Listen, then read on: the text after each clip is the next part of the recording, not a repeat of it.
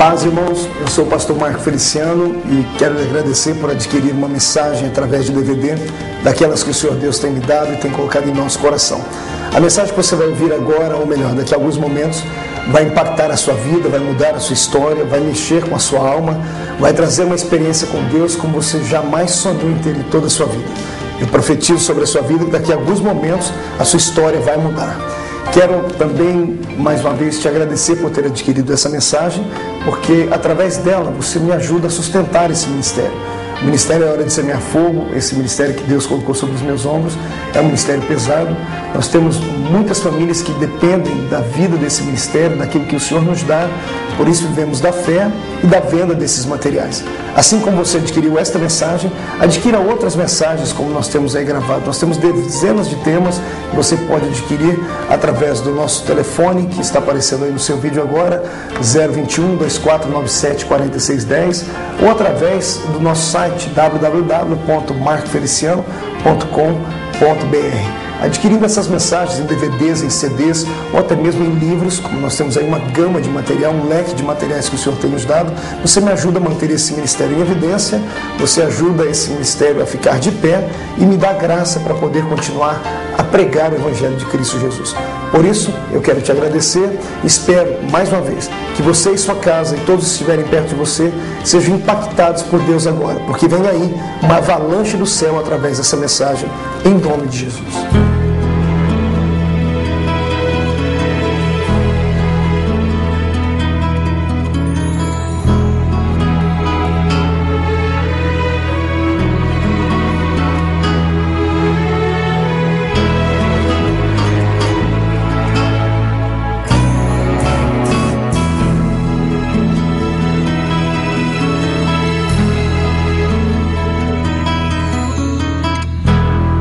Efésios 5,18 está escrito assim: e não vos embriagueis com vinho em que há contendas, mas enchei-vos do Espírito. Alguns não acordaram ainda, eu vou ler de novo. E não vos embriagueis com vinho em que há contendas, mas enchei-vos do Espírito. Perfeito, fecha a Bíblia, coloca na cadeira, coloca no banco. Pegue na mão da pessoa mais perfumada do seu lado. Aleluia. Se o irmão estiver usando o perfume do Avon, perdoa ele. Nem tudo é perfeito. Feche seus olhos e vamos orar. Deus de glória, eu te exalto. Eu repasso a ti a ansiedade da sua igreja. Coloco diante do Senhor o nosso coração nesta noite. Não há nenhum super-homem abaixo do céu nesta noite aqui. Todos somos seres humanos. Carecemos da sua ajuda e da sua misericórdia. Senhor, eu estou feliz em vir aqui rever amigos, mas essa noite eu gostaria que o Senhor me desse uma unção profética. Na medida em que eu for, Senhor, desenrolando os seus mistérios da palavra, o Senhor tem liberdade para arrebatar a sua igreja. Senhor, antes que eu comece a pregar aqui nesta campanha, eu quero te fazer dois pedidos costureiros. O primeiro pedido é que ao redor deste templo, no raio de 5 quilômetros, eu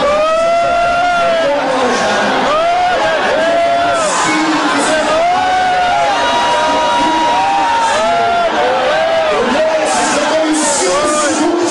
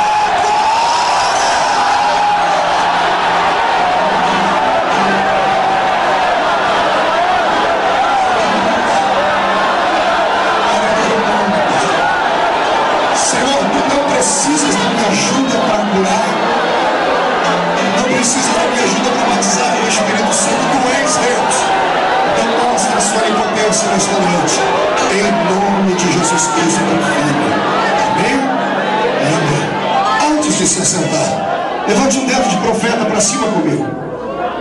Com carinho e respeito, aponte o dedo no nariz da pessoa que está do seu lado. E diga para ele: escute aqui, cidadão. Se você não gosta de glória, se você não gosta de barulho nem de fogo, dá tempo de ir para casa ainda. Porque se ficar aqui, vai ser queimado.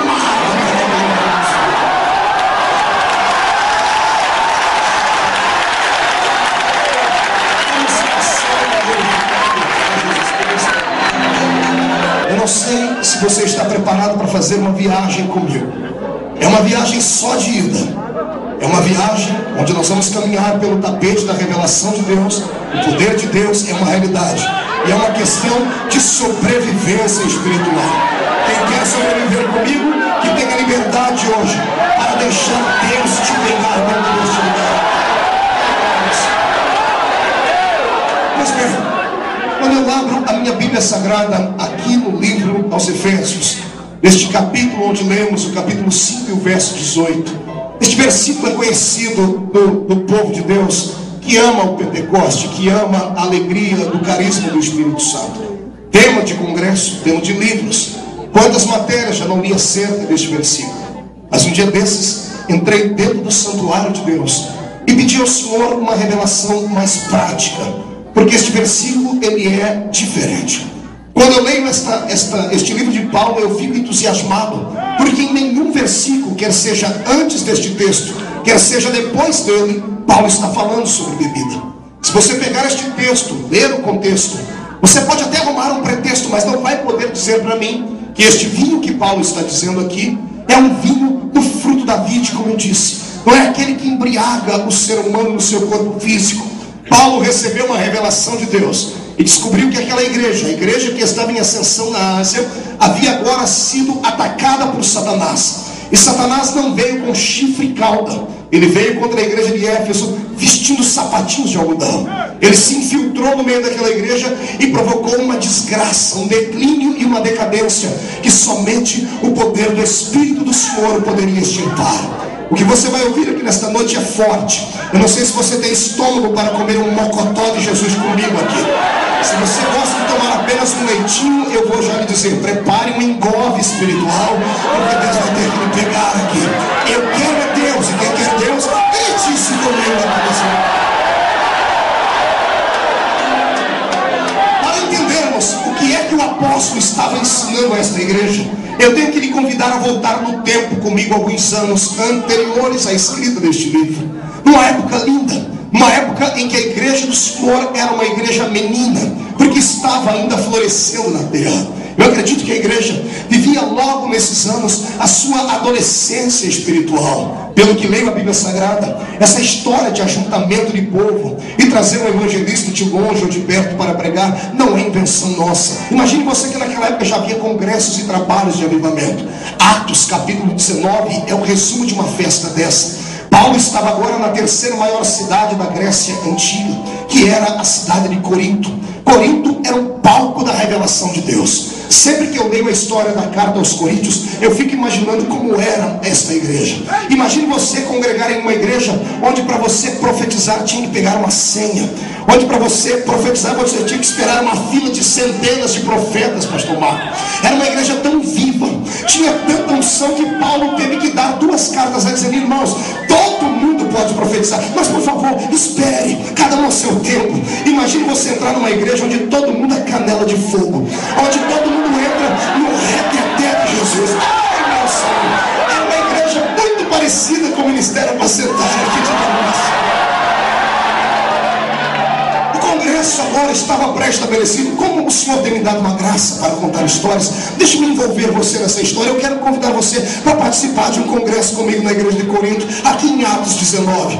Imagine você receber lá na sua igreja, quer seja em Colosso, Tessalônica, Jerusalém, Antioquia, não importa em qual congregação você estava, a carta chegou lá e o convite era este: venha comemorar conosco mais um ano da igreja de Cristo na terra. E o congresso este ano será em Corinto, a igreja do avivamento. Ah, Jesus! E detalhe, Detalhe, você vai vir e vai ouvir os maiores preletores do nosso tempo. Imagine, se você leu aí no outdoor na cidade, ouviu no rádio, que o pastor Marques está pregando aqui, esse rapaz lá da Vila da Rua, essa voz rouca, parecendo a taquara achada, que de vez em quando é chato e galocha, e você veio. Imagine se você recebesse em casa um convite de uma carta dizendo assim: venha ouvir Pedro, Paulo, venha ouvir João, venha ouvir Apolo ministrar no seu aniversário. Meu Deus do céu, a igreja de aniversário do chão. E um dia, pastor Marcos, eu comecei a imaginar como era a festa daquela igreja, e cheguei à seguinte conclusão: de manhãzinha, o anfitrião já avisava: amados, teremos 2 cultos na parte da manhã. O primeiro culto será dirigido pelo nosso irmão Cefas. Cefas é o nosso irmão Pedro. Imagina o pastor dando o currículo dele. Pedro foi aquele que arrancou a orelha de Malco, que pulou em cima das águas, foi aquele que negou Jesus. Ele não gosta que a gente conte essa história, mas foi isso que deu vida a este homem. Ele agora não é mais aquele Pedro afoito, ele agora está um pouquinho sério. Então a igreja, por favor, não se escandalize com o jeito de Pedro pregar. Vamos ouvir o nosso irmão Cefas pregando. Imagina o Pedro subir na tribuna, olhando para aqueles crentes que estavam nascendo agora, e como ele conhecia o poder do pecado, o poder de ser um homem decadente, Pedro luta contra isso. E assim: amados, eu tenho uma palavra para vocês que não sei se vocês vão gostar. Deus não quer pecado, Deus não quer uma igreja mundana, porque esta terra que agora existe não mais existirá. Em breve os elementos desta terra ardendo em fogo se desfarão, porque o Senhor dará sua palavra de juízo para esta terra. Imagine você ver Pedro falando contra pecados grosseiros como adultério, fornicação, murmuração e coisas mais. Eu tenho certeza que depois de 1h30 ouvindo Pedro, a igreja estava em silêncio. Mas não era um silêncio de repúdio, era um silêncio de temor, porque a palavra pregada na autoridade, ela causa temor no coração do povo. Eu abro um parênteses e peço a você que ore comigo por esta nação, para que Deus levante homens que tenham a qualidade, a coragem de Pedro, para falar em palavras verdadeiras, não a quem doer, custe o que custar, porque a igreja carece. Se tem alguém aqui que acredita nisso, dá um grito de glória a Deus.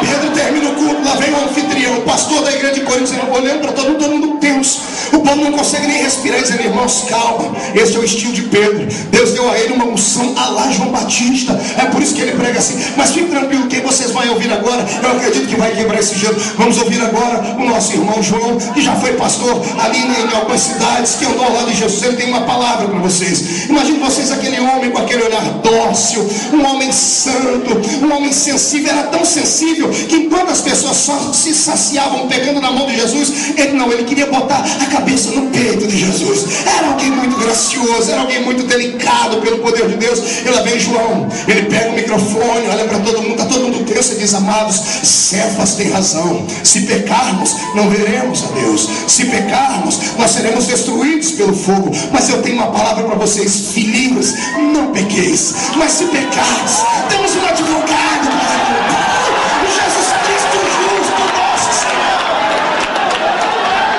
A igreja quebra o gelo, todo mundo respira, as pessoas começam a falar: poxa, ainda bem que há uma solução, ainda bem que há uma luz no fundo do túnel. E termina o culto, todo mundo sai para almoçar. Eu não sei como é o congresso aqui na Pacentai, mas o congresso na igreja onde eu congrego, na Assembleia de Deus lá do interior, é uma benção. Mas na hora do almoço ninguém merece. O arroz é um arroz vaticano, papa. É um arroz, espécie de arroz carnavalesco, em bloco. Só o sangue de Jesus de Nazaré. Não bastasse o arroz ser desse jeito, ainda tem que aguentar aquela carne ensopada com batata e aquela salada de repolho que não pode faltar. Eu dou glória a Deus porque tem a Coca-Cola para ajudar a descer, né? Imagina você, todo mundo comeu aquela gororoba santa, mas ninguém está nem aí para comida, porque o povo foi lá se alimentar de outro tipo de comida, e essa outra comida era um filé mignon de Jeová. Chegamos no culto à tarde, todo mundo olhando para o organograma da festa, assim: quem será que vai pregar? Lá no cronograma tem um ponto de interrogação, e o pastor chega: irmãos, nós hoje não vamos ter 2 pregadores à tarde, será apenas um que vai ministrar para nós aqui pelo menos 4 horas. Quero que vocês recebam agora com muita alegria o nosso irmão Paulo de Tarso. Ai, Jesus. Quero que você veja aquele gigante de 1,5 m de altura, calvo, a cabeça gigantada. Quem diz que ele era manco da perna e ainda tinha problema nas vistas. Lá vem aquela figura de Jeová. Todo mundo secando: mas esse aí é Paulo, esse aí é aquele que está sintetizando artesão da fé cristã, é o filósofo da fé cristã. Aí as pessoas começam a dizer, olha, não olhe para a aparência dele não, porque a embalagem, ela está mentindo, o conteúdo é muito melhor. Lá vem Paulo sem esposo, está todo mundo esperando que ele venha com o esposo. Ele disse, não, irmãos, meu esposo está aqui. Ele diz assim, eu quero que vocês se segurem. Imagina Paulo dizendo, apertem os cintos, porque aquilo que os olhos não viram, aquilo que os ouvidos não ouviram, aquilo que não subiu ao coração do homem, é isto que Deus preparou para aqueles que o amam. O povo começa a incendiar e de repente ele diz, irmãos, não se assustem com o palavrão que eu vou falar agora, porque a partir de hoje vocês vão amar este palavrão, escatologia. E todo mundo diz, isso que é o que? Paulo está sendo renovado falando em língua estranha? Não, é uma matéria que Jesus me deu. Eu quero falar com vocês sobre escatologia, a doutrina das últimas coisas. E está todo mundo dizendo, que doutrina é essa, Paulo? E Paulo começa a dizer assim, sabe aquele ente querido seu que foi embora, sabe essas dores que você sente no corpo, sabe esses guardas pretorianos de Roma que querem arrancar a sua vida e você teme a morte? Um dia tudo isso vai acabar, porque o mesmo Senhor, dada a sua palavra de ordem, descerá do céu com alarido e voz de arcanjo. Os que morrerem em Cristo ressuscitarão primeiro, e nós, os que estivermos vivos, seremos transformados e arrebatados ao céu.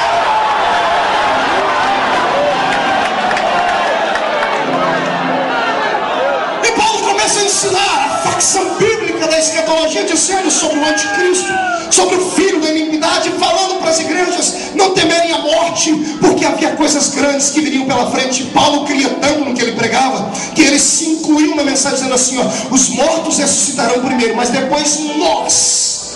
Ele se incluiu, ele achava que Jesus voltaria naquela época, não voltou, mas a qualquer dia desse ele vai voltar. E se ele voltasse nessa noite, pastor Marco, e dessa igreja aqui, daqui de dentro e de fora, só 2 pessoas fossem arrebatadas, uma era eu, quem era a outra? Deixa eu ver.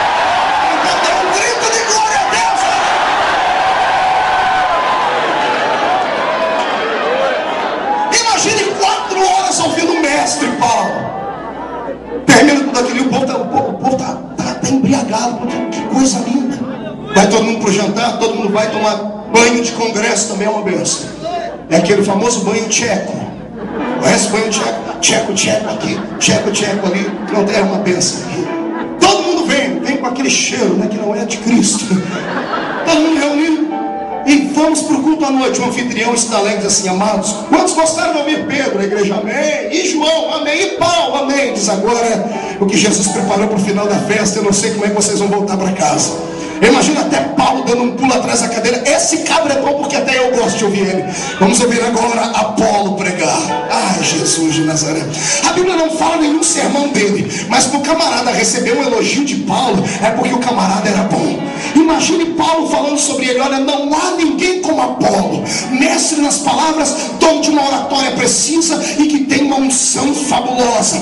Amados, se todo mundo já estava cheio, quando este Apolo foi pregar, eu imagino o que aconteceu lá, o que vai acontecer daqui a pouco aqui nessa igreja. Pessoas incendiadas, arrebatadas, saltando, falando em línguas estranhas, profetizando, agarrando o diabo pelo chifre, esfregando a cara dele no chão e indo ao encontro da alegria.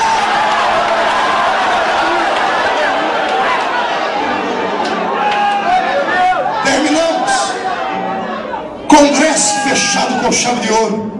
Todos os pastores vão para um restaurante ou para a casa do pastor da igreja.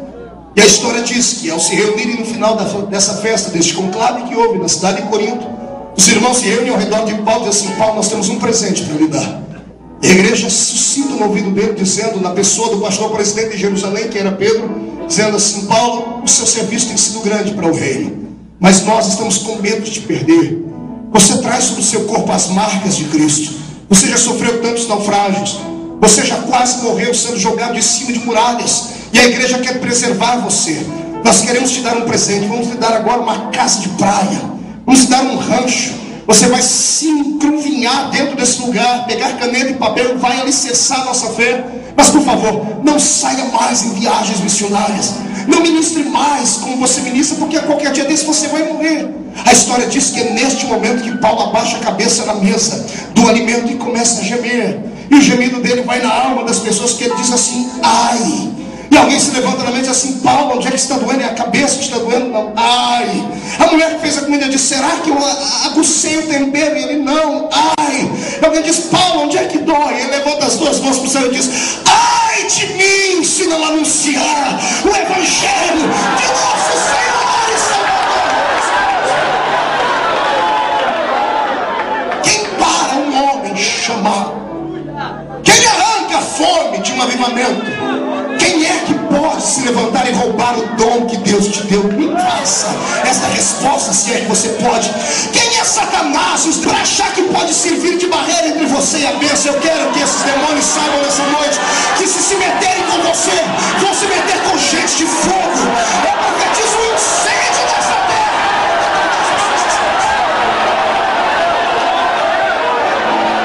É aí que nasce a chamada missionária do apóstolo para a cidade de Éfeso. Na madrugada deste dia, o Senhor falou ao ouvido dele: Paulo, é chegado o tempo de você ir a Éfeso. Ele já havia participado em cultos uma vez na cidade e teve que sair de lá às pressas, mas deixou duas pessoas ali que foram incendiadas por Jesus, que eram Áquila e Priscila. Eles fizeram um trabalho de evangelismo, mas eles eram da alta sociedade. Lembre-se bem disso, diga para o seu irmão: alta sociedade. Diga, além de ser da alta sociedade, eles pertenciam à elite. Diga, portanto, eram intelectuais, ricos, preparados. Diga para o seu irmão: tudo isso acaba virando um problema na vida de quem quer ser espiritual. Depois eu volto a este assunto. Paulo então retorna para a cidade de Éfeso, agora pela autorização do Espírito de Deus. E quando ele para no porto de Éfeso e vai pregar o Evangelho, eu quero me mostrar Éfeso agora. Entre comigo pela cidade. Uma cidade que não era uma cidade pequenina, nem uma vila, nem uma viela. Era uma megalópole de quase 1 milhão de habitantes. 1 milhão de homens e mulheres dotados de uma beleza incomum. Nasceu na cidade de Éfeso o culto e adoração à deusa da beleza e do amor, que era Diana, a Diana dos Efésios, Afrodite para alguns. Estava alicerçado naquela cidade uma das 7 maravilhas do mundo antigo, que era exatamente o templo da pseudo-deusa Diana. Havia 800 pórticos ao redor daquele templo, onde as prostitutas que recebiam alvará da prefeitura ficavam ali para fazer o seu trabalho de promiscuidade diante do altar daquela deusa famigerada e completamente promíscua. Imagine você que lá todo mundo aprimorava pela beleza do seu corpo. Essa história de malhar corpo, de ficar com a cinturinha fina, de bíceps avantajados, nasceu naquela cidade. Eu quero que você imagine agora sendo um visitante, ou melhor, sendo um cidadão daquela cidade. Imagine você habitar numa cidade com 1 milhão de homens e mulheres extremamente belos. A beleza grega é reconhecida pelo mundo todo. Tanto é que quando alguém quer falar sobre beleza, diz: aquele homem parece um deus grego, aquela mulher lembra uma deusa grega. Por causa disso, eles eram belos, que ainda faziam por ódio. Imagine você andar numa cidade onde os homens eram uma mistura de Brad Pitt com Arnold Schwarzenegger, altos, fortes e com aquele rostinho de bebê. Imagine você também que as mulheres eram uma mistura de Naomi Campbell com Gisele Bündchen. Uma coisa. E agora teve gente que viajou, né, irmão? Vai orando aí, filho. Imagine aqueles homens e mulheres andando. A cultura deles era assim: eles usavam aquelas roupas brancas. Os homens andavam com as roupas sobre o seu braço aqui, com aquelas florzinhas aqui do lado do seu rosto. Eles andavam com espelhos. Alguns chegavam a olhar, eram narcisistas ao extremo. Aqueles homens bonitos, aqueles peitos para cima, aqueles rostos viris. Aquelas mulheres então estonteantes, vindo por um lado da rua. E do outro lado da rua vem o nosso amigo Paulo, 1,5 metro de altura, careca, manco de uma perna, meio cego dos olhos. Só Jesus para ter misericórdia. Imagine a cena. As mulheres de Éfeso andando, e quando olham para Paulo, começam a tecer comentários umas com as outras. Olha, a mãe daquele ali deve ter jogado pedra na imagem de Júpiter. Os homens gregos andando, olhando um para o outro, dizem assim: meu filho, se você não cultuar a deusa uma vez por mês, você vai ficar daquele jeito ali. Todo mundo procurou uma madeira para isolar. Terrível. Porque naquela época já havia um espírito que ressuscitou em pleno século XXI, e vivemos ele no Brasil hoje. Um espírito que só faz as pessoas darem valor naquilo que se vê. Sabia disso? Deixa eu pegar um ganchinho aqui só para dar uma puxãozinha de orelha. Sabe por que os nossos cultos não são melhores? Sabe por que não são mais ungidos como antigamente? Porque o povo de antigamente era tão simples que eles queriam Deus sentimentos a todo custo. Povo do século XXI é diferente. Se ama. Causa neura a beleza do ser humano no século XXI. Tem algumas mulheres que para vir aqui hoje passaram 45 minutos na frente do espelho. É verdade. Pode olhar do seu lado e você vai ver alguém parecido com a Barbie. Não, senhoras, eu sei que hoje é o dia que comemoram sobre o seu dia, mas calma, tem para os homens também. E olha para esse rapaz do seu lado, não está parecendo o Leonardo DiCaprio? Dado do Labela, olha o cabelo dele, parece que a vaca deu uma lambida por cima. Isso aí é uma obra de arte. É 2 horas para fazer isso aí. Não, imagina a moça, a garota, tem que o sapato tem que ornar com a blusa, tem que ornar com a presilha do cabelo. É uma treva. Na hora de sair para o culto, a família dos pavões sofre. O senhor Pavão, a dona Pavão e os pavãozinhos. É uma tribulação. Quando o culto no meio de semana é pior ainda. Chega todo mundo atrasado, vai para ver na televisão, tem que assistir a novela, que eu não sei qual é a novela na 7. E quando dá a hora que vem por culto é uma tribulação só porque a mulher, eu tenho que tomar banho, eu tenho que me perfumar. E põe a roupa em mão. Irmãos, hoje, deixa eu falar, eu não entendo mulher. E Paulo diz, vós maridos, entendei as vossas mulheres. Eu não entendo. Sério, não entendo, porque a minha mulher tem vezes que ela abre o guarda-roupa, pastor Marcos, tá caindo roupa lá de dentro. E ela diz assim, hoje não tem nada para vestir. Não entendo. Elas enxergam diferente da gente. É uma bênção, uma maravilha do céu. Aí depois de 45 minutos, corrigindo as imperfeições do tempo, vem para o culto com o rosto tão esticado que não pode nem dar glória a Deus. Se der glória a Deus, trinca. Tem umas que ficam orando e fica, Senhor, não derrama um som que se eu chorar vai borrar tudo. Deixa eu lhe dar um conselho, para de usar essa maquiagem ruim. Compra uma maquiagem que dura 24 horas e venha adorar a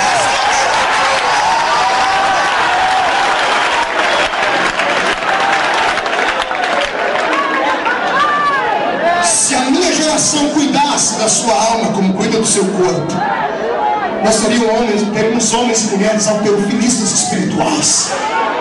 Eu vejo isso num grande exemplo bíblico, numa história tão bela que até as crianças sabem, Davi e Golias. Golias era alto, imenso, um homem de quase 3 metros de altura, que com certeza já malhava o seu corpo, fazendo levantamento de peso. Era muito forte, por isso todo mundo temia. E de repente lá vem uma outra pessoa que quem olhava para ele diz assim, esse aí, o único peso que levanta é o garfo, porque deve ter uma barriguinha saliente. Todo crente abençoado tem uma barriguinha saliente, uma coisa parecida com um cemitério de frango, sabe? É uma coisa assim. Mas bem, lá vem Davi e procurou para ele, o próprio Golias falou para você vir para mim, por acaso eu sou um cachorro, para você vir com pedra para cima de mim? Só que havia uma diferença. Enquanto Golias malhava os bíceps dos braços, Davi malhava os bíceps dos joelhos. Botava o joelho no chão e ele tinha outro exercício. Ele exercitava a sua alma cantando e adorando a Deus. Ele dava um grito de glória na terra, Deus ficava de pé no mundo dele para receber. Os homens crentes que valem o espírito só de olhar na vida dele. É fogo na terra. Jesus não pode nem olhar para ele, que ele já entra num manto de glória, de mistério. E vamos dizer uma coisa, Satanás não tem medo de homem forte, nem de mulher com o corpo torneado. Satanás não respeita as curvas do seu corpo, a silhueta do seu corpo, a beleza dos seus olhos, ou o perfume que você usa. Satanás não respeita os seus músculos, os seus bíceps, mas ele é obrigado a se curvar diante de um crente dotado da graça.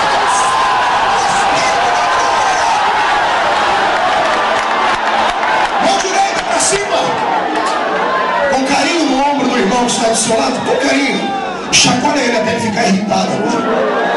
Diga para ele, você está entendendo? Diga então, por favor, para com essa neura de ficar achando que você é feinho.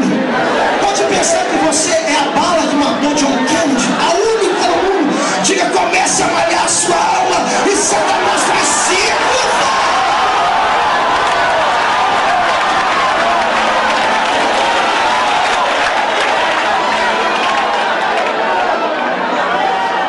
Vem Paulo de cá, vem os gregos de cá. Todo mundo está rejeitando Paulo. E lá de cima a janela do céu se abre, alguém debruça sobre ela, olha para baixo, chama os anjos, chama o restante da trindade. Vem cá, todos, dê uma olhadinha lá embaixo. Olha o meu modelo fotográfico. Meu Deus tem negócio com aquele que não é nada. Meu Deus tem um projeto para aquele que é tido como um lixo. Se tem uma coisa que Deus gosta nessa nessa terra é de encontrar alguém que é rejeitado. Se tem uma coisa que Jesus sempre amou, é chamar os inválidos, porque o meu Deus é um Deus de desafio. Ele pega o lixo e transforma em luxo. Satanás vai se ver com você. Pastor Marco, eu não sei o que vai acontecer em Nova Iguaçu por esses dias, mas eu sei que Satanás vai arrumar a mala dele, os terreiros de Macumba vão se ver, porque vai sair daqui um papo cheio do Espírito, cheio da graça. Quem concorda comigo, jogue a mão pra cima aí.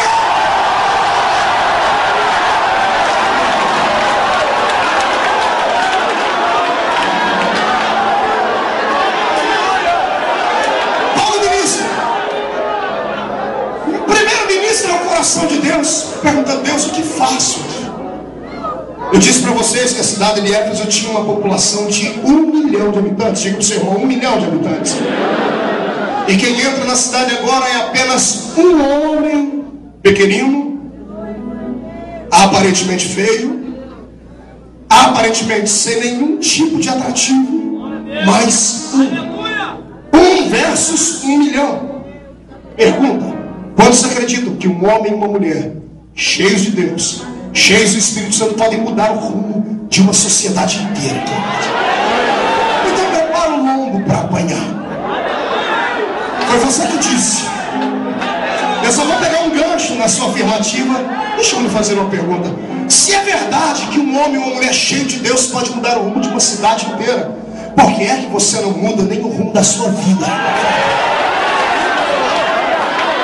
Você continua sempre vindo à igreja, aqui, ali, o acolá, e sempre tem aquela frasezinha pré-elaborada na alma para justificar os seus atos imorais. Não, pastor, é que a carne é fraca. E quem foi que te disse que pecado é vitamina para fortalecer a carne? Me fale aí, quem foi que te disse? Não tem desculpa. Se um homem cheio do Espírito Santo pode mudar o rumo de uma sociedade inteira, por que você não muda o rumo da sua casa? Por que você não faz a diferença dentro daquela sua igreja que parece uma igreja das greves, um iceberg humano? Não há vida, não há graça, não há revelação, não há conhecimento, não há dons, não há nada de novo. Por que é que você continua sendo este crente que vem ao culto do jeito que entra, sai, frio, calculista, entra aqui dentro, fica com esse olho seco, igual um de sapo que morre no dia de enchente, fica com essa boca travada, segura aí, boca de aço, língua de ferro, queixo de concreto? Por que é que você não muda de vida? Venha adorar comigo?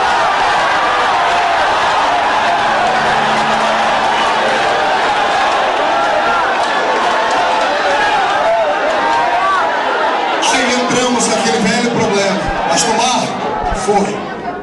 O senhor está sendo indelicado comigo. Eu quero encrencar com você. Pastor Marco, não é isso, pastor. Isso aí, esses pulos, gritos, línguas, profecias, revelações, essas coisas que o povo entra no reteté e faz assim, isso aí é coisa para quem é menino, pastor. Isso é para gente que está começando agora. Pastor, eu já amadureci. Ô filho do cão.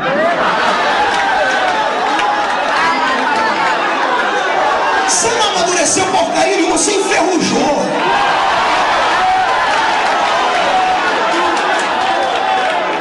Com o passar dos anos, você deve ter se decepcionado com Deus em algum momento.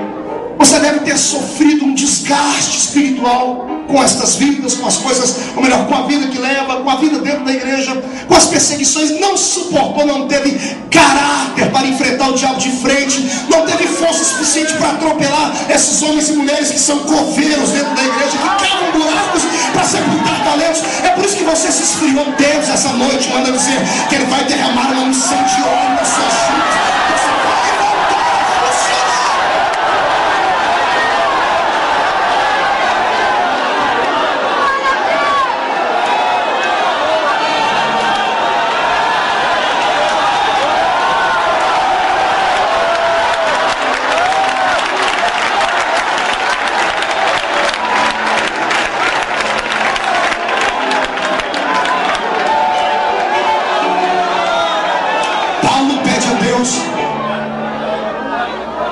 A estratégia para ganhar aquela cidade que estava perdida. E a história, a narrativa extra-bíblica é muito linda. Diz que Paulo, enquanto andava pela cidade, fazia uma pergunta: Deus, como é que o diabo aprisiona 1 milhão de homens e mulheres? Ele disse: Senhor, precisamos colocar a sua igreja aqui, porque uma igreja verdadeira, ela faz a diferença. E nesta oração, Deus dá a ele uma resposta imediata. Paulo está andando pela cidade e de repente ele encontra um grupo de 12 homens, 12 varões. E quando ele olha para aqueles varões, na hora o espírito que estava nele testificou com o espírito deles. Eu imagino Paulo, bem de longe, dando um grito: a paz, irmãos, shalom. Os 12, um olhando para um, que olhava para o outro, dizendo: nós temos com alguma placa escrito que somos crentes. Como é que o senhor sabe que a gente é crente? Se aproxima dele, como é que o senhor sabe que a gente é crente? E eu imagino Paulo dizendo: o espírito que está em vós testifica com o meu espírito que ambos somos filhos de Deus Altíssimo. Agora fale para o seu irmão, preste atenção nisso. O diálogo com Paulo é curto. Paulo não perguntou para eles qual era o nome do pastor deles. Paulo não perguntou para eles qual era o nome da igreja deles. Paulo não perguntou qual era o endereço da igreja, nem quantos membros tinham. Paulo fez uma pergunta estratégica no mundo espiritual. Paulo perguntou a eles assim: vocês conhecem o Espírito Santo?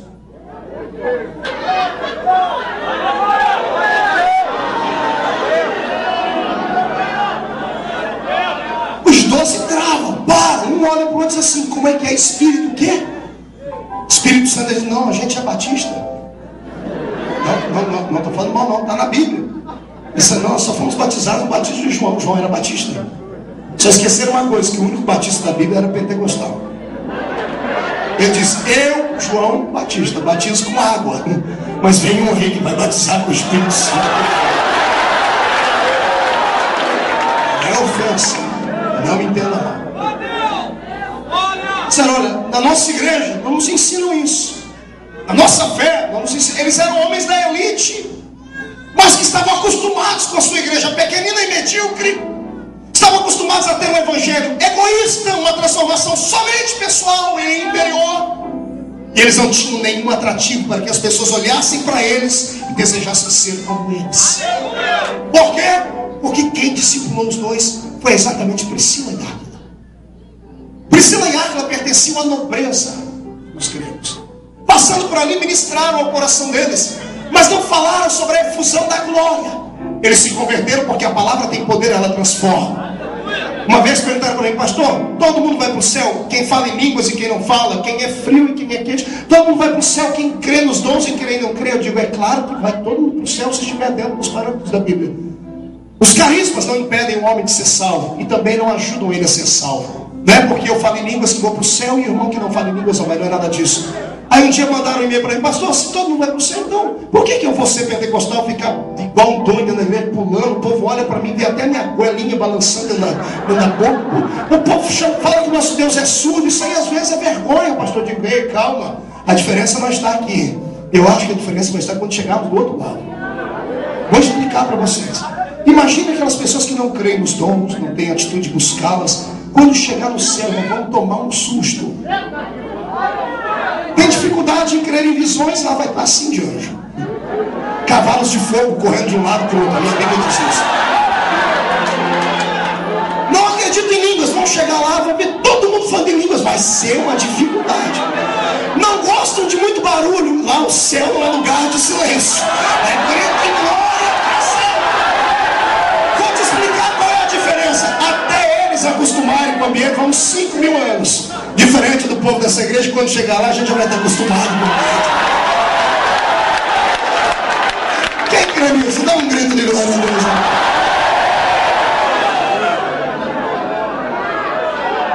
Vocês conhecem o Espírito Santo? Não, a gente nem sabe que existe ele. Eu imagino Paulo olhando para o céu e dando uma gargalhada. Aquela gargalhada de gozo, de satisfação. Paulo está satisfeito com o quê? Ele tem a resposta do céu. Por que é que Éfeso era aprisionada por Satanás?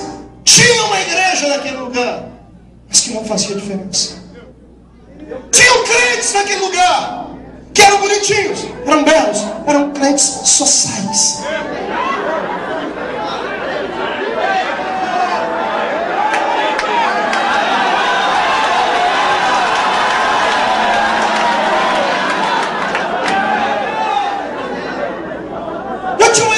com aquela pregação light, de massagem no ego.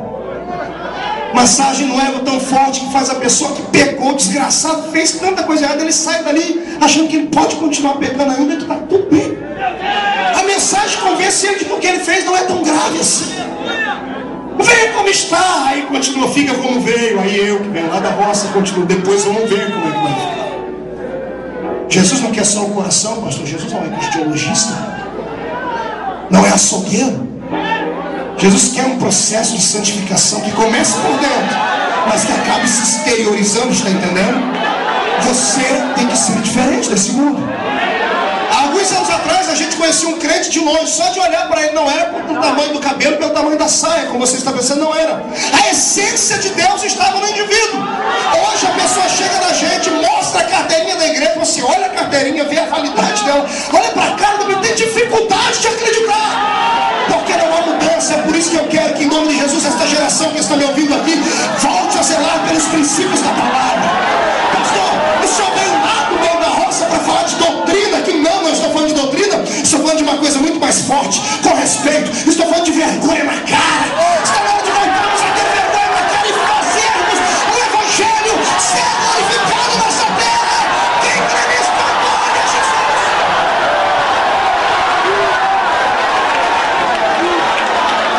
Está tudo banalizado. Infelizmente, domingo eu estava pregando Juiz de Fora. Cheguei no hotel, digo infelizmente não porque estava pregando, pelo que eu vou falar agora. Liguei a televisão, eu estava passando o programa lá do Gugu e pegou justo na hora. Tinha uma mulher lá, não vou dizer o nome dela, por ética. Ela estava olhando para o Gugu e perguntou: Gugu, qual é a cor do papel higiênico que você usa? O povo quer saber qual é o perfume. E ela aborrinou tanto ele que ele olhou para ela e disse assim: e como é que vai a sua igreja? Ela engasgou, ele disse: você vai na igreja? Eu disse: vou, 7h30.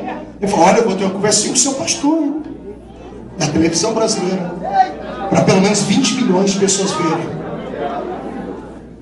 A pessoa diz que é crente, fala que congrega na mesma igreja que a gente, envergonha o evangelho de Cristo. Eu não estou falando sobre salvação, estou falando sobre testemunho. Sabe que nós precisamos deste Brasil. Nós não precisamos de mais intelectuais dentro da igreja, nem de pessoas ricas, ou artistas, ou políticos como nós pregamos, não. Nós precisamos que os crentes voltem a andar pelo eixo, voltem a ter vergonha, voltem a saber onde é que o seu pé pisa, onde é que a sua mão toca, onde é que os seus olhos olham. Está na hora das irmãs da nossa igreja darem uma olhadinha no seu guarda-roupa, sim, reverem como é que estão as coisas lá. Está na hora das pessoas voltarem a ter pelo menos pudor. Está na hora do Espírito Santo entrar dentro de um lugar como esse e encontrar com facilidade um vaso que ele possa usar.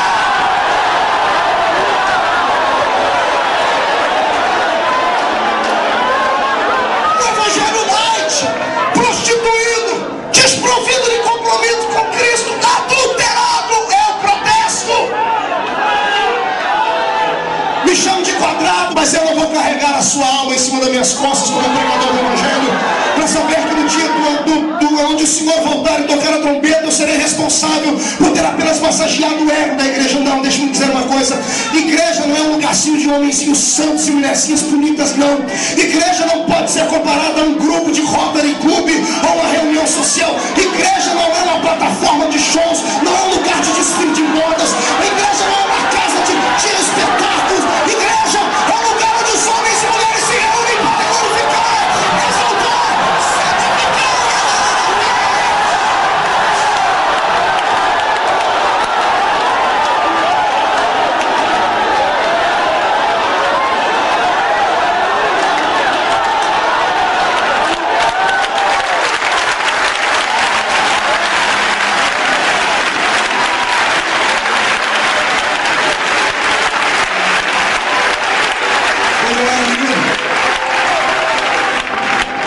Quando eu era garoto, uma irmã lá da nossa terra tinha uma mente muito criativa, muito fértil. Ela me contou uma história, eu nunca mais esqueci. Isso já faz algum tempo. Eu tenho 32 anos hoje, na época eu tinha 15 anos. E ela escreveu a seguinte história e fez tipo um jogralzinho. Diz que 2 demônios chegaram em uma cidade. E um olhou para o outro e disse assim: "Ô, você aqui?" Disse: "Sim, eu fui enviado aqui para atormentar aquela igreja A." E o outro disse: "Eu vim para a igreja B." Isso, como nós vamos estar aqui, vamos nos encontrar daqui uns 2 meses, que vão ter muito trabalho. Daqui 2 meses a gente se encontra aqui, combinado. Um foi para uma igreja, o outro foi para outra. 2 meses depois, os 2 demônios se encontraram. Um estava magro, igual um reco-reco, igual uma sarna. O outro estava opulento, gordo, parecendo um sapo. O gordão olhou para o magrinho e disse assim: "Xiii, o negócio lá está ruim para você ainda." O magrinho disse: "Lá para o seu negócio está bom, né?" Disse: "Pois é, rapaz." O gordão disse: "Eu fui para uma igreja onde fui recebido de braços abertos." Uma maravilha. Naquela época, círculo de oração não tem, é círculo de confusão. Grupo de juventude também não tem, é um grupo de jovens delinquentes. O pastor, muito bem preparado, ao invés de preparar as mensagens da Bíblia, pega os jornais e as revistas e fala das coisas atuais. Nada é errado, porque o errado é falar contra coisas erradas. Foi recebido de aplausos, sentei-me na tribuna do púlpito e ele sentou no meu colo. O magricela baixou a cabeça e disse: "E você?" O gordão falou: "E você que está com magrinho?" "Rapaz, eu fui para uma igreja lá no meio do mato que não prestou, rapaz. Eu olhei para aquela igreja e caí nos pedaços. Aqui vai ser fácil entrar."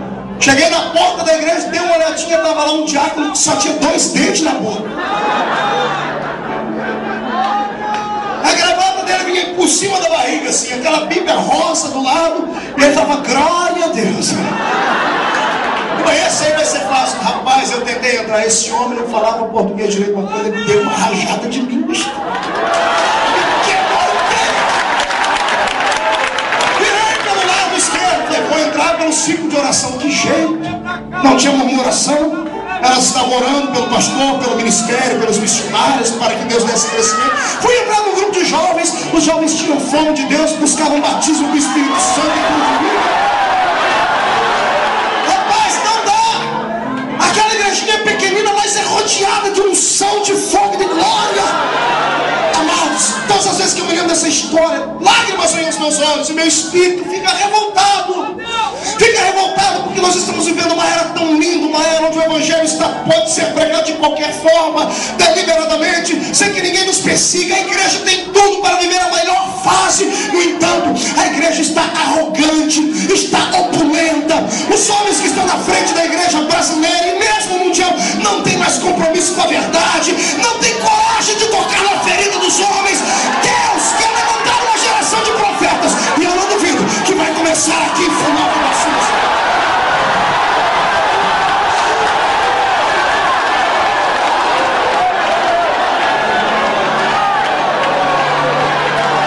Não basta ter números, não basta ter aplausos dos homens, não basta ser reconhecido pelo governo, receber encomendas. Esse não é o evangelho que Jesus disse. Jesus nunca disse: "No mundo os homens vão bater nas suas costas e vão gostar do seu estilo de vida." Jesus nunca disse: "Olha, você vai receber encomendas, você vai sair na primeira página do jornal, receber uma coroa e aplausos dos homens dizendo: 'É o homem mais lindinho do mundo porque se converteu.'" Não, Jesus disse: "No mundo tereis aflições." Eu me irrito quando vejo igrejas pregando o evangelho vazio de santidade. Pessoas pregando um céu na terra, colocando Deus na parede, dizendo: se Ele é Deus, Ele é obrigado a dar. O infeliz que inventou isso tinha que tomar um cascudo, tinha que tomar um couro de vara. Como é que Deus é obrigado? Deus não é obrigado a nada. Se Ele der, Ele é Deus. Se Ele não der, Ele continua sendo Deus, porque Ele é soberano.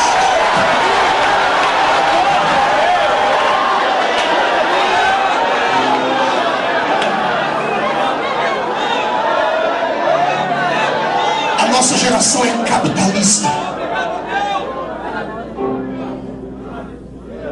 A reclamação feita por Jesus na Bíblia, e a seara é grande, são poucos ceifeiros, tem sido burlada. Burlada porque ninguém mais é consagrado porque tem unção, porque tem chamada. É consagrado porque tem um costa quente do seu lado, porque o seu dízimo é alto, porque tem um anel de formatura, porque é belo. O infeliz chegou ontem só porque foi ex qualquer coisa.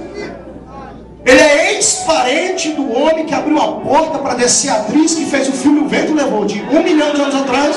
Só porque é ex qualquer coisa, já vem direto para a tribuna, pega o microfone para pregar. Aí o filho que nasceu na igreja, prata da casa, que sobe o monte para orar, que leva uma consciência com Deus, leva a corretada na cabeça quando se alegra no Espírito.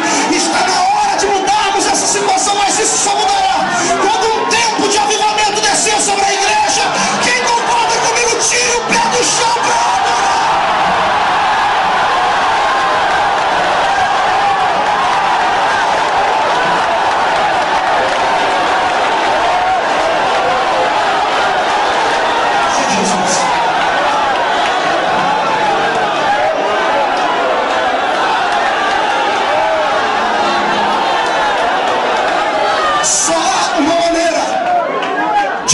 Uma sociedade, só há uma maneira de implantarmos o reino de Cristo e aplicarmos a filosofia cristã ao coração dos homens, à mente e ao intelecto deles.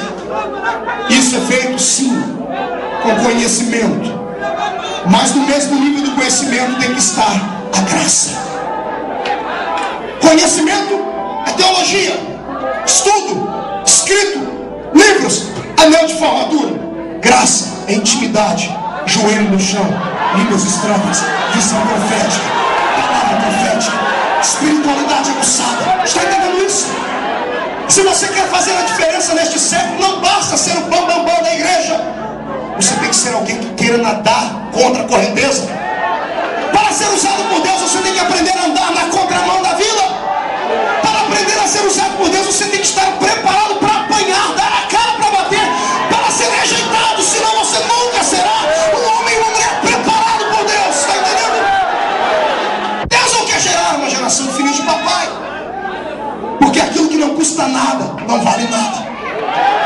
Está ouvindo isso? Grave isso, que não custa nada não vale nada.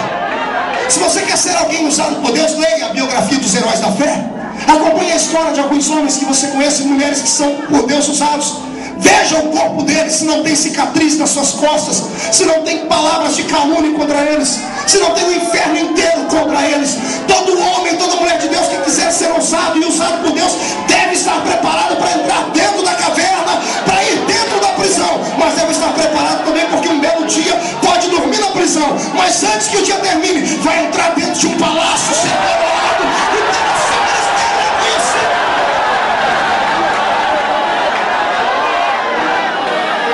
Estamos num impasse. 1 milhão de habitantes,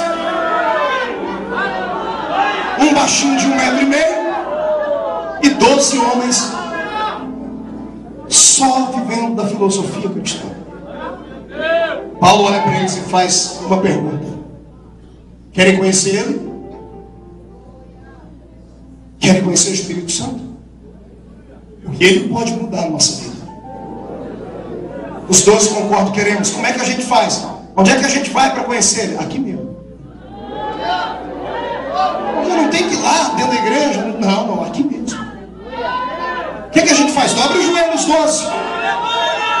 E aí Paulo faz uma coisa que todo crente no Espírito Santo deveria fazer todos os dias: e repartir a experiência que tem, liberar a unção que está dentro de você. Amado, um homem e uma mulher cheio do Espírito Santo, ele é uma ogiva nuclear condensada. O poder que você vê acontecer na igreja é pequenino diante daquilo que pode acontecer. Eu provo isso usando Atos capítulo 2. Eram quase 120. No dia de Pentecostes, 2 milhões de judeus dentro daquela festa, 14 nações representadas debaixo do sol. Era tanta gente, 2 milhões de judeus dentro de Jerusalém, fazendo festa, cantando, bailando, dançando, cambiando, vendendo, orando, consagrando, sacrificando. E um grupo de quase 120 trancado dentro de uma casa. Quando Deus liberou uma unção sobre eles, a casa ficou pequena para eles. Como é que você acha que os homens viram e falaram que eles estavam bêbados?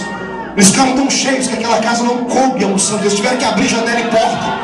Saíram para as ruas. E detalhe, o grito de quase 120 homens e mulheres parou o barulho de 2 milhões de pessoas que estavam do lado de fora. Porque eles liberaram o potencial do Espírito que estava dentro deles. Está entendendo isso?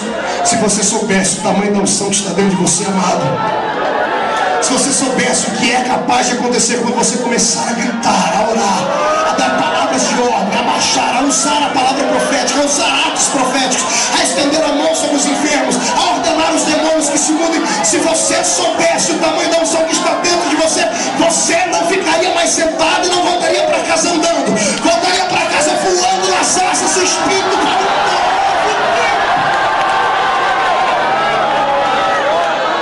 Pergunta para o seu irmão: você acredita nisso?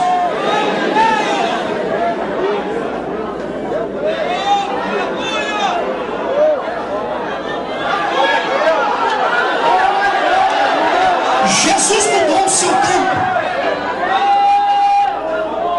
O que hoje a igreja do mundo, na revista Veja da edição de 100 anos, saiu uma reportagem sobre os pentecostais dizendo que nós somos 500 milhão de pentecostais no mundo. 500 milhão. Então, se a notícia diz isso, é porque nós somos muito mais do que isso. Coloque aí 1 bilhão de pentecostais. 1 bilhão. 1 bilhão de homens e mulheres cheios do Espírito Santo, fora as demais denominações que não são pentecostais, mas que são salvos, porque tem compromisso com Deus. Pegue tudo isso aí, nós vamos ter aí uma boa parte da humanidade salva. E nós não conseguimos mudar o rumo do mundo. Paulo sozinho mudou o rumo da Ásia. Está me ouvindo? Não tinha avião, não tinha televisão nem internet. Ah, pastor, mas o mundo da época dele era pequeno, é claro, em proporção sim. Mas o que aquele homem fez sozinho, entrando dentro de barco, subindo no lombo de cavalos, pregando nas ruas, nos areópagos, indo diante dos homens grandes, o que ele fez sozinho? Sabe por quê? Duas coisas: ou é mentira, um homem cheio do Espírito Santo não pode fazer nada. Ou a segunda coisa, nós colocamos na cabeça que temos, achamos que somos cheios do Espírito Santo, somos iguais a mendigos. A gente se conforma com migalhas, com moedinhas, cara. Estamos num culto, Jesus manda uma folhinha, o pão vira, estou cheio. No domingo à noite, segunda-feira, 7 da manhã, acabou tudo.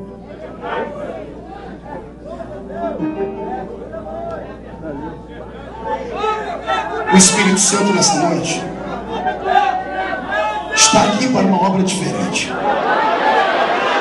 Está me ouvindo? Você que está aí fora, assistindo pelo canal, você que assiste em casa está ouvindo isso. O Espírito Santo quer mudar a sua vida. Mas para isso você tem que tirar o dedo do fundo do rio. Para isso você tem que quebrar algumas regras, alguns protocolos e etiquetas. Para isso você tem que dar um salto, você tem que dar um grito, você tem que se desesperar pela sua alma. Para isso você tem que ousar, acreditar, você tem que tatear o invisível. Para isso você tem que falar a linguagem de Deus. Você tem que voltar a orar, tem que subir um monte sim, tem que dobrar o joelho, tem que se consagrar. Para isso você tem que se desligar da terra. Quem conseguir fazer isso será o homem e a mulher que vai fazer esse Brasil. Será uma nação próspera diante do Senhor dos Exércitos. Quem acredita nisso melhor? Quem se candidata a isso, dê um grito de glória.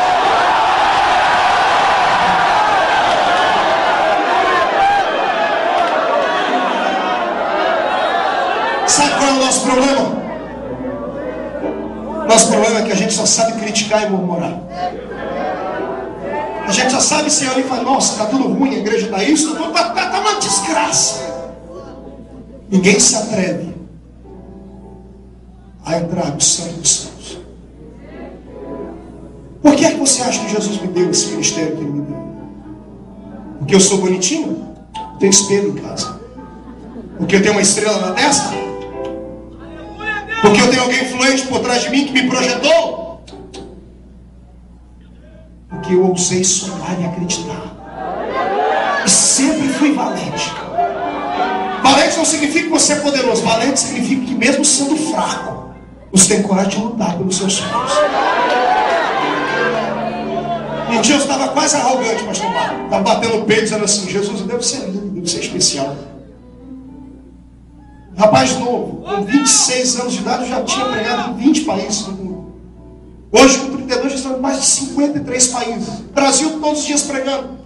Eu cheguei a contar, mas eu sou especial. Deus disse, me deu um puxão de disse: filho, não. Você representa o meu desespero. Eu falei: não entendi isso. O senhor disse: quem olhar para você vai ver que eu sou um Deus desesperado. Eu falei: por que, senhor? Todo mundo olhando para você vai ver. Se eu uso você, eu posso usar qualquer um.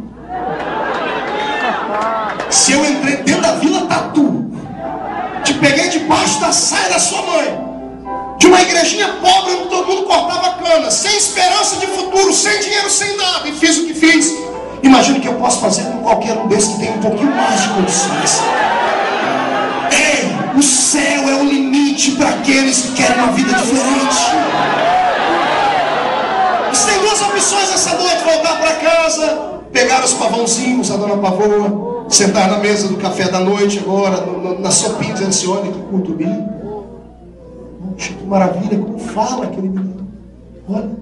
E amanhã você voltar a levar uma vida comum, rotineira, corriqueira, vazia de Deus, arriscando a sua salvação todos os dias. Alguns, se chegarem no céu, vão chegar cheirando fumaça, com o pé lá no inferno, nem por graça. Ou você pode ser uma pessoa que hoje, pelo menos hoje, vai entrar dentro de casa e dizer assim: hoje eu não durmo enquanto Deus não me der algo novo. Alguém tem a coragem de peitar Deus. Nesse tipo de desafio eu aprovo. Esse tipo de desafio eu assino embaixo. Você chega e fala: Deus, o Senhor é Deus mesmo, prova, me usa. Isso eu aprovo. Se o Senhor é Deus, eu quero que o Senhor me usar, mas igual usa aquele. Não, aquele é pequeno. Eu quero que o Senhor me use mais do que ele. Eu te desafio a me usar. Irmão, você vai fazer Deus arregaçar a manga da camisa dele. Deus vai olhar para você e dizer: eu vou te provar como é que eu faço. Sai da frente, Satanás! Estamos em guerra!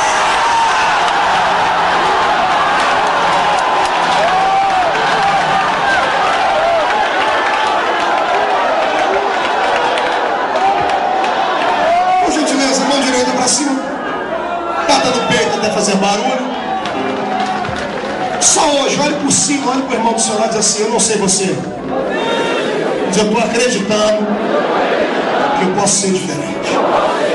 Diga ao seu irmão: a partir de hoje, Satanás vai sofrer nas minhas mãos, porque eu vou deixar Jesus me usar. Eu vou destravar a porta dentro de mim e não deixa isso.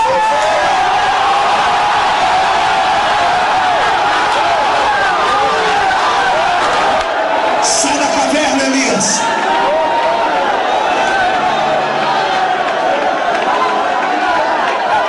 Cego de Jericó, grita mais alto. Mulher do fluxo de sangue, quebra as leis, quebra as regras, atravessa a multidão, toca nele, faz algo diferente.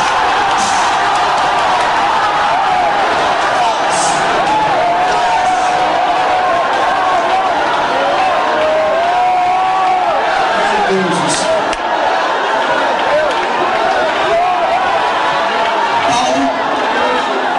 Liberou o que estava sobre eles, sobre os homens. De repente todo mundo ficou cheio do Espírito Santo. Agora olha o que aconteceu. Esse também, pastor Marco, eu acho que é um problema na igreja. As pessoas lutam até receber. Quando recebe o poder, se acomodam. Eu imagino os 12 levantando e falando em línguas e batendo as mãos e pisando firme. Vamos fazer um culto agora. Lá na igreja, Paulo, no meio da rua. Aí eu aplico a história paralela a essa. A história paralela a essa diz que Paulo, no dia que orou por esses 12 homens, havia no centro de Éfeso uma apresentação de bruxos, uma apresentação de feitiçarias. Era uma espécie de show de magia. Éfeso também era uma capital de ocultismo. Paulo chama ele, junto com ele, os 12. 12 mais 1, que número é? Que número é? Todo mundo tem medo do número 13, porque acha que é azar. É azar para Satanás. Jesus também era 1 mais 12, 13. 13 homens que viraram o mundo de perna para o ar. Paulo pegou os 12 e foi para o centro de Éfeso. A história diz que haviam 200.000 pessoas no show de magia. Pessoas olhando para frente, vendo os mágicos tirarem coelhos de cartola, elefante, andar com um pezinho só, dançar balé, flutuar, levitar, trazer figuras de demônios, coisas assim. Os homens chupando picolé, comendo o seu algodão doce, fazendo aquilo. E de repente Paulo com os 12 do lado de cá disse assim: vamos começar um culto aqui. A história diz que Paulo começou a pregar e os irmãos falaram para ele, o que a gente faz, Paulo? Paulo disse assim: só sinta. Eu prego E o que eu prego vai treinar o vosso espírito. E quando vocês sentirem Deus, deixa Deus tocar vocês. 13 homens e um destino. Ficaram tão cheios naquela tarde, começaram a orar em línguas. Os 13 aqui, cheios, começou a chamar a atenção das pessoas que estavam ali já tediosas. O povo já estava entediado com aquele show, que todo ano era a mesma coisa. Deixa eu dizer uma coisa: o mundo está um tédio. Os artistas da música não sabem mais o que fazer, estão regravando coisas lá da época da fornalha. Não há mais nada de novo. O ser humano quer consumir coisas novas e ninguém tem nada para apresentar. E quando aparece uma lacraia dançando a Eguinha Pocotó, vira um show, vira um show business. Por quê? Porque o povo quer uma coisa nova. E o único povo da terra que tem uma novidade para dar. Mas que novidade é essa? Você vem para a igreja e se tranca. Se nem aqui dentro você tem coragem de deixar Jesus te tomar, mas você vai fazer a diferença lá fora. A história diz que os homens começaram a olhar o culto de Paulo e as palavras dele, e o povo pulando e falando em línguas. Pararam de olhar para os magos e viraram para cá. De repente, 200 mil pessoas estavam olhando para lá, passaram a olhar para cá. Porque o evangelho atrai.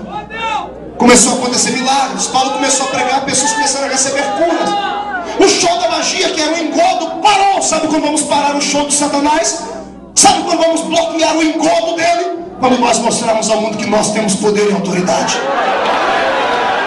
Eu estou cansado de aos domingos ler na segunda-feira no jornal, eu ver qualquer coisa assim, que um espiritualista, um gnosticista, um pai de um catimbozeiro, um pai, uma mãe de chiqueiro foi na televisão e conversou com o morto, e que recebeu um livro, e que psicografou uma mensagem, e que fez um milagre com o espírito do Dr. Fritz. Eu estou cansado disso.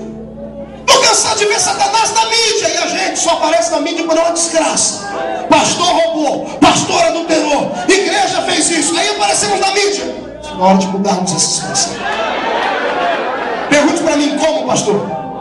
O segredo está dentro de você. Pergunta qual é, pastor. A unção do Espírito. Como? Deixa Deus te usar. Sem medo. Não se assuste, porque a partir de amanhã coisas vão começar a acontecer na sua vida. Não fique se achando um ET quando você entrar dentro do circular amanhã e Jesus começar a te dar a revelação das pessoas que estão do seu lado. Não se assusta não. Abra a boca e fala. Não se assuste quando Jesus te der a oportunidade de você estar diante de algum global, porque aqui no Rio de Janeiro vocês têm mais oportunidade. Não se intimide com a beleza e com a forma deles. Deixa eles tomar. Não se assuste quando você ir na quintana amanhã e a sua sombra tocar o paralítico que está lá muito tempo.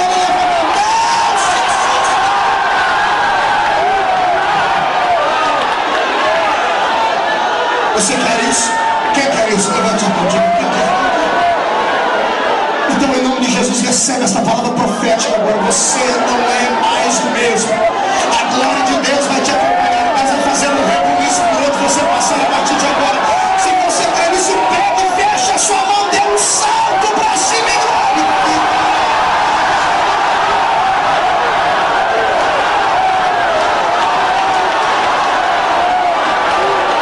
Segura, estou terminando. Segura.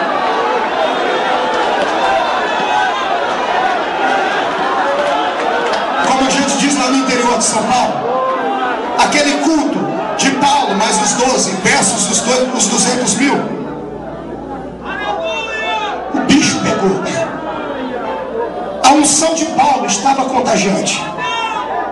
200 mil pessoas creram no que Paulo pregava. A situação ficou tão estranha que os bruxos pararam com a bruxaria e vieram ver Paulo. A história diz que o líder dos bruxos daquela cidade rompeu a multidão para ver o que é que estava acontecendo do outro lado. E quando ele chegou do outro lado, ele viu Paulo pregar. Ficou irado. Ele desafiou Paulo, pobrezinho dele, desafiar o Deus verdadeiro. E o Deus de Paulo respondeu por fogo. O bruxo caiu em processo, Paulo orou por ele, ele foi liberto. Quando ele foi liberto, como ele era o líder da comunidade de macumbaria, de ocultismo da cidade, ele deu um grito. Eu quero que tragam aqui agora no centro de Éfeso todos os livros de feitiçaria.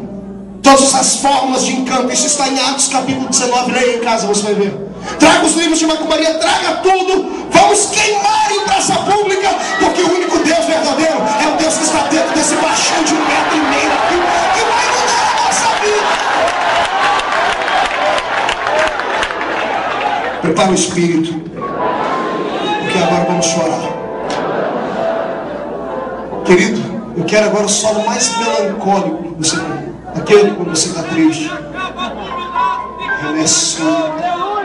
Olha para cá. A cidade estava alicerçada. Mudou o ritmo da cidade. O templo da deusa Diana desaparece da história. Ninguém sabe por quê. Até hoje a ciência, ou melhor, a arqueologia e a história tentam explicar como é que uma das 7 maravilhas do mundo antigo desapareceu da história. Como é que o templo da deusa Diana virou frangalhos, esmiuçado. E por que essa deusa deixou de ser adorada? Porque um homem de 1,5 metro entrou dentro daquele lugar cheio de Deus. Nasceu ali a maior igreja que o mundo daquela época havia conhecido. A igreja de Éfeso foi uma igreja tão grande, tão poderosa, tão próspera, que ela sustentou em épocas difíceis a igreja de Jerusalém e outras igrejas mais. Paulo passou 3 anos e meio nessa cidade alicerçando, ensinando, pregando, profetizando. Imagine você congregar uma cidade com várias igrejas e ao todo mais de 200 mil crentes. Poxa, um jovem obreiro chamado Timóteo. Diga para o seu irmão, Timóteo. Timóteo tinha 22 anos de idade. Ele havia caminhado ao lado de Paulo, ele era discípulo fiel, havia aprendido tudo com Paulo. E ele começa a pregar na igreja, começa a ensinar, dar continuidade no que Paulo vai. A igreja vai prosperando, entra por um ritmo muito lindo. E de repente Paulo está aprisionado em Roma. Seu ministério vai estar se acabando. A igreja de Éfeso sofreu um ataque de Satanás. Porque como o diabo mandava naquela cidade, e ele foi expulso de lá, o diabo tem um dom que os homens não têm. O dom da paciência. Ele sabe esperar. E como ele viu que não adiantava mais ir de chifre e cauda, porque todos os crentes aprenderam a expulsar os demônios, como ele viu que ele não podia mais enganar as pessoas desse jeito, ele arrumou uma outra forma de entrar lá dentro. Sabe o que ele fez? Ele foi lá na adega do inferno, abriu a sua chave e pegou vinhos que estavam guardados lá dentro. Vinhos com rótulos escritos: murmuração, adultério, arrogância, presunção. Colocou gravata borboleta nos seus demônios. Eles pegaram bandejas de pratas, taças com vinhos que causavam contenda. Este é o vinho que Paulo viu. Não era um vinho feito na terra, não, era feito no inferno. Sabe qual foi o pior pecado daquela igreja? Pergunte para mim, qual foi, pastor? A arrogância. Como ficou uma igreja grande, todo mundo dependia dela. Os crentes andavam por aquelas ruas de cabeça erguida, empinado, nariz empinado. Nenhuma igreja mais prestava. Só deles era certo. Os mais velhos da igreja, quando viram um garoto de 20 e poucos anos, mas cheio do espírito na frente da igreja, quiseram arrancar ele. Fizeram um motim contra o pastor Timóteo. Disseram que não queriam mais ele. A igreja estava agora com o espírito de facção. Estar na igreja agora não era uma necessidade da alma, era status. Era conveniente. Fala para mim se às vezes não acontece isso com a gente.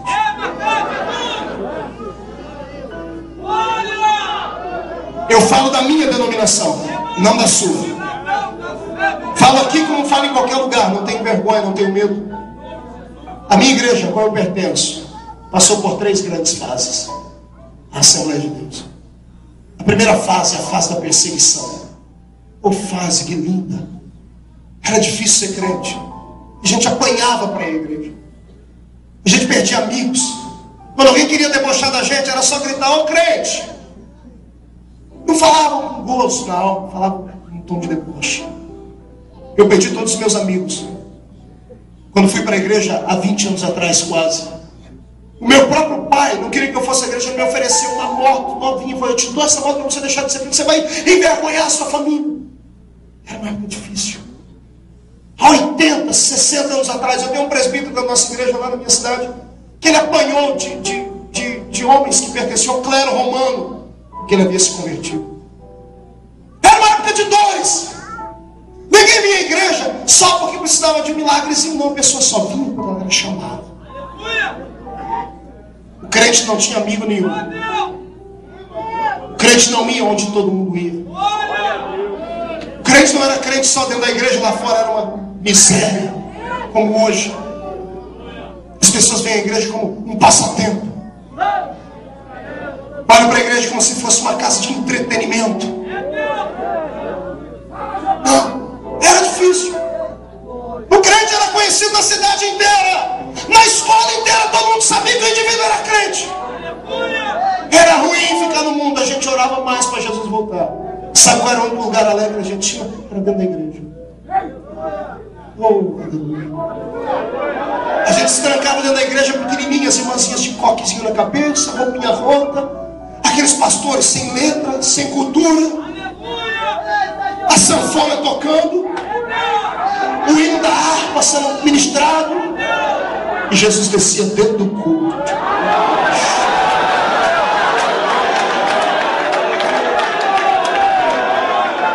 Éramos perseguidos. E a perseguição faz crescer. A perseguição é como se você pegasse uma clara de ouro e batesse nela. Mas você bate mais volubilidade. A igreja cresceu. Aí passamos para a segunda fase. Nós, de perseguidos, passamos a ser imitados. Todas as demais denominações que nasceram por aquelas épocas se espelharam na minha denominação. Esse cumprimento, a paz do Senhor, a paz, shalom, interessa o nome, nasceu com a gente. Os hinos da harpa, todas as igrejas comungavam com eles. Grupo de senhoras, grupo de jovens, corais, isso nasceu com a gente. Todas as igrejas tinham. Porque de perseguidos, a beleza era tão grande, passamos a ser imitados. Quando passamos a ser imitados, pecamos. Aí começamos a bater no peito. Somos a maior denominação do mundo, a maior igreja. A maioria dos pastores da minha igreja são arrogantes. Olha as pessoas de cima para baixo. Acham que são donos da habilidade. Só a igreja deles presta. Acham que o Espírito Santo é uma exclusividade deles. Acham que a verdade só está com eles. E se tem uma coisa que Deus não dá, é a sua glória para ninguém. Aí, de perseguidos e imitados, declinamos e passamos a imitar todo mundo. Fazemos reuniões, fazem muitas reuniões, já precisamos mudar a liturgia do culto. Precisamos mudar isso, mudar aquilo. Por que será? Ah, pastor, porque os tempos mudaram. Não! Porque estão embriagados com o vinho da arrogância, da presunção, da prepotência. E não é só a minha denominação, outras também que já são grandes por aí, que ontem precisaram da gente para comprar um canal de televisão. Pediu oração, falou, vamos comprar um canal para a gente pregar nele. Aí agora, passo o dia inteiro chamando o diabo para dentro da casa das pessoas com as programações. Aí na madrugada tento expulsar o diabo. Arrogantes. Perderam a visão de Deus. Esse é o vinho que a igreja está bebendo. Esse vinho traz o restante. Uma geração de pessoas que não querem servir, não querem respeitar. O público da igreja é flutuante. Enquanto você está falando tudo que eles querem, eles ficam. Não deu certo, ó, para aí, porque tem uma igreja ali que eu botei, uma ali que faz tudo que você quer.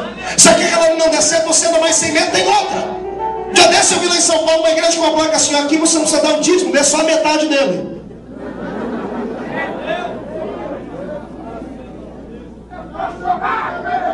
A igreja é para tudo quanto é tipo e gosto. A igreja está arrogante. Eu vejo às vezes a igreja no Rio de Janeiro, me perdoe, sou paulista, mas agora falo como celestiano. Deixa eu dar um recado para a igreja carioca. Está na hora da igreja carioca fazer jus ao nome que tem pelo país inteiro de uma igreja que ora. O Brasil inteiro conhece a igreja carioca como os crentes que sobem o monte. Gente de unção, de revelação. Eu participei de um congresso há pouco tempo aqui, todo mundo disse: o Rio de Janeiro é do Senhor Jesus, quem manda no Rio é Jesus. É mentira! Quem manda no Rio é Fernandinho Beiramar, dentro de uma prisão. Quem manda no Rio de Janeiro são os traficantes que param o comércio. Ah, mas nós temos uma governadora que é crente, mas esse que não interessa isso, não adianta ter nome, tem que ter atitude, tem que ter atitude.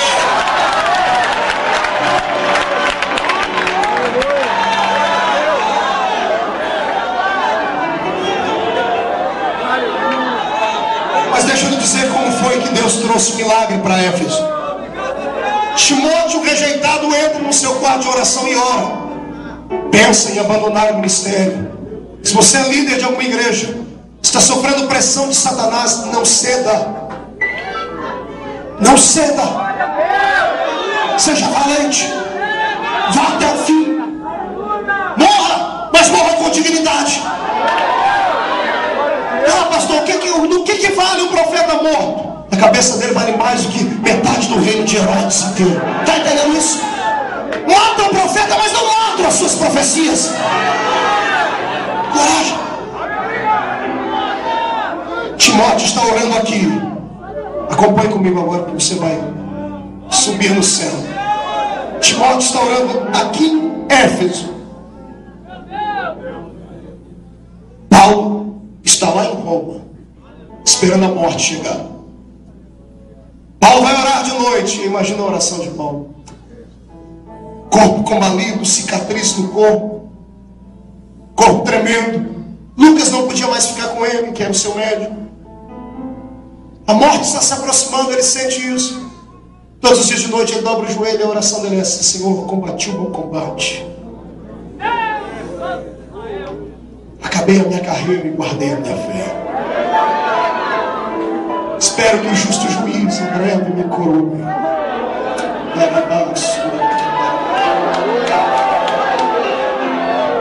A tradição diz que Paulo estava orando quando a voz de Deus entrou dentro do carro e disse: Paulo. Pois não, Senhor. Paulo lembra de Timóteo? Lembra, meu filho amado. Ora por ele. Está desanimado. Estão querendo tirar ele da frente do trabalho, Paulo. Paulo lembra de Éfeso? Sim, Senhor. Éfeso está bêbada. Os crentes estão embriagados com o pecado, arrogantes, por causa da riqueza da cidade, por causa dos megatemplos, por causa do conhecimento. A igreja está bêbada, Paulo. Imagina Paulo desesperado, falou: Senhor, o que eu faço? Eu estou preso aqui dentro. Paulo, pega uma caneta, escreve a receita para curar essa doença da minha igreja. Paulo pega uma caneta e um papel e escreve essa carta. Paulo está escrevendo, eu imagino dizendo: Senhor, eu escrevo, mas quem é que vai levar?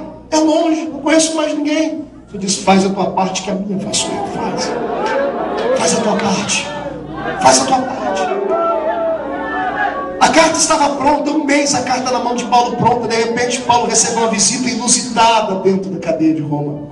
Chega um próspero comerciante de madeira da cidade de Éfeso, chamado Tíquico. Tíquico era presbítero da igreja. Tíquico chega e diz: Paulo, fui fazer um carregamento de madeiras e descobri que você estava aqui, vim lhe ver. Quando Paulo olha para ele e falou: você é Tíquico, você é aquele que se converteu naquele dia, no meio daquelas 200 mil pessoas. Sou eu, Paulo. Você é de Éfeso? Sou. Foi Deus que te mandou aqui. Por que, Paulo? Porque Deus me deu uma visão da igreja. Aqui está a receita. Leva, aplica a receita na igreja. A igreja precisa ser curada. Leva, entrega na mão do pastor. Diga que não tem nem mais o que conversar. Ele sobe no trote no seu cavalo, vai para o porto, pega um navio. E depois de quase 2 meses ele chega lá em Éfeso. Nesse período Paulo já está condenado à morte. A história diz que semanas depois arrancaram a cabeça do profeta. A carta chegou na mão de Timóteo. Timóteo estava desanimado. Imagina o Timóteo abrindo a carta tremendo e tipo dizendo: olha, o apóstolo mandou. Receber uma carta daquele homem era como receber uma carta de Daniel Berg e Gunnar Winger, fundadores da Assembleia de Deus. Era como receber cartas de homens, porque a gente sempre se espelhou. Imagina você receber uma carta de Paulo. Tremendo, ele abre a carta e Paulo começa a dizer: calma, A igreja de Cristo. Depois que ele lê a carta, ele marca um culto especial. Notícia esparrama em Éfeso, vem gente de tudo quanto é lugar. O apóstolo mandou uma carta. As pessoas sentiam saudade de Paulo. E juntou aquela multidão. Timóteo começa o culto, mal canta um hino, já diz: irmãos, deixa eu ler a carta porque é cumprida. Imagina você sentado no meio daquela multidão e ouvindo Timóteo lendo a carta aos Efésios. E ele vai lendo. Cada palavra que Timóteo lia, com voz embargada, fazia com que a igreja se sentisse pequena, com saudade do seu mestre que havia lhe ensinado. Imagina os mais velhos dizendo assim: que saudade de Paulo. É ele mesmo que escreveu, ele pregava desse jeito. Nós não podemos abandonar os marcos antigos que estão bíblicos. O homem que não se lembra do seu passado, que esquece as suas raízes, ele não é digno de viver. Inclina a sua cabeça. Timóteo está lendo a carta. Quando chega lá no capítulo 4 e 5, Paulo começa a revelar aquilo que Deus diz: ainda existem adultérios dentro da igreja,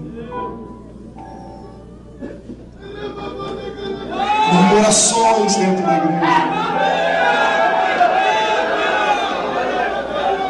A igreja é a noiva do Senhor, não pode ser maculada. A igreja está arrogante, presunçosa, pretensiosa, precisa mudar de vida. As pessoas estão de cabeça baixa como você está agora, estão dizendo: poxa, como é que ele sabe disso? O Espírito Santo vem na ouvido e diz assim: fui eu que revelei a ele. Aleluia. E de repente Timóteo dá um grito, com a voz embargada, grita: e assim escreveu Paulo: não vos embriagueis com vinho em que há contendas, mas enchei-vos do Espírito de Deus.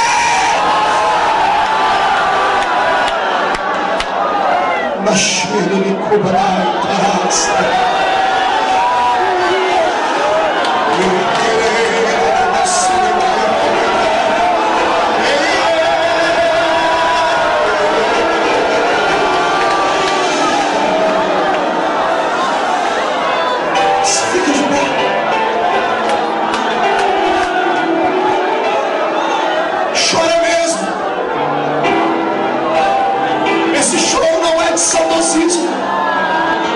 Esse choro é de fome.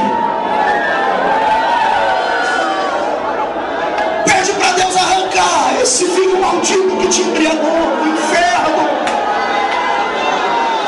O Senhor vai te embriagar com a unção do seu espírito. Você que me assiste aí pelo telão, você está aqui dentro, pegue no braço do seu irmão agora.